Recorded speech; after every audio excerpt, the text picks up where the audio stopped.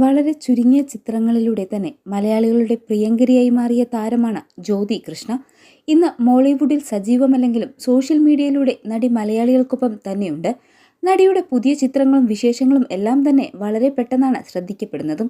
ദിലീപിനൊപ്പം എത്തിയ life of Josootty എന്ന ചിത്രത്തിൽ ജ്യോതിയുടെ പ്രകടനം ഏറെ ശ്രദ്ധിക്കപ്പെട്ടിരുന്നു. ആമി എന്ന സിനിമയ്ക്ക് ശേഷം ജ്യോതി സിനിമകളിൽ അഭിനയിച്ചിട്ടില്ല.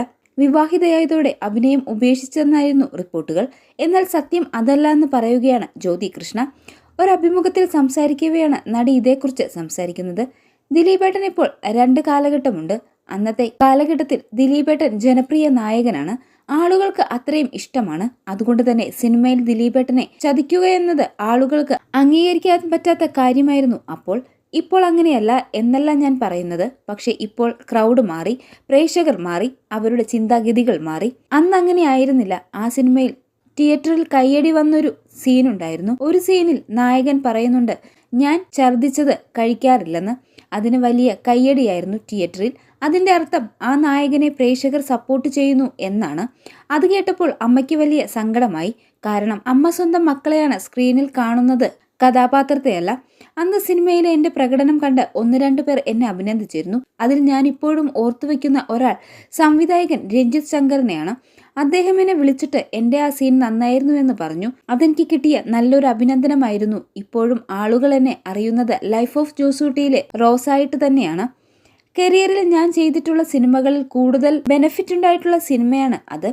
ദൃശ്യം കഴിഞ്ഞിട്ട് ജിത്തു ജോസഫ് സാർ ചെയ്തിട്ടുള്ള സിനിമയായതുകൊണ്ട് ലൈഫ് ഓഫ് ജോസൂട്ടിയെ കുറിച്ച് ആളുകൾക്കുള്ള എക്സ്പെക്ടേഷൻ വളരെ വലുതായിരുന്നു. അതുകൊണ്ടാണ് ആ സിനിമയ്ക്ക് ഇത്തിരിയെങ്കിലും പരാജയം സംഭവിച്ചത്. ആ സിനിമ ഇപ്പോൾ റിലീസ് ആയിരുന്നുവെങ്കിലെന്ന് തോന്നാറുണ്ട്. ഭാഗ്യമില്ലാതെയായി പോയി. തുടക്കത്തിൽ സിനിമ എങ്ങനെ തിരഞ്ഞെടുക്കണമെന്ന് എനിക്കറിയില്ലായിരുന്നു. പലരോടും അഭിപ്രായം ചോദിച്ചാണ് സിനിമ സെലക്ട് ചെയ്തിരുന്നത്. അതുകൊണ്ട് തന്നെ ചെയ്ത പല സിനിമകളും അബദ്ധങ്ങളായിരുന്നു.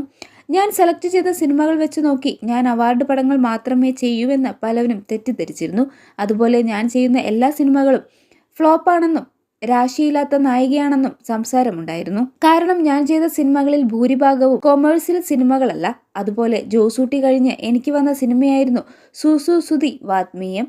പക്ഷെ അന്ന് ഞാൻ ആ സിനിമ സ്വീകരിച്ചില്ല. അതിൽ ഞാൻ ഇപ്പോഴും റിഗ്രറ്റ് ചെയ്യാറുണ്ട്. ശിവതയുടെ റോളായിരുന്നില്ല.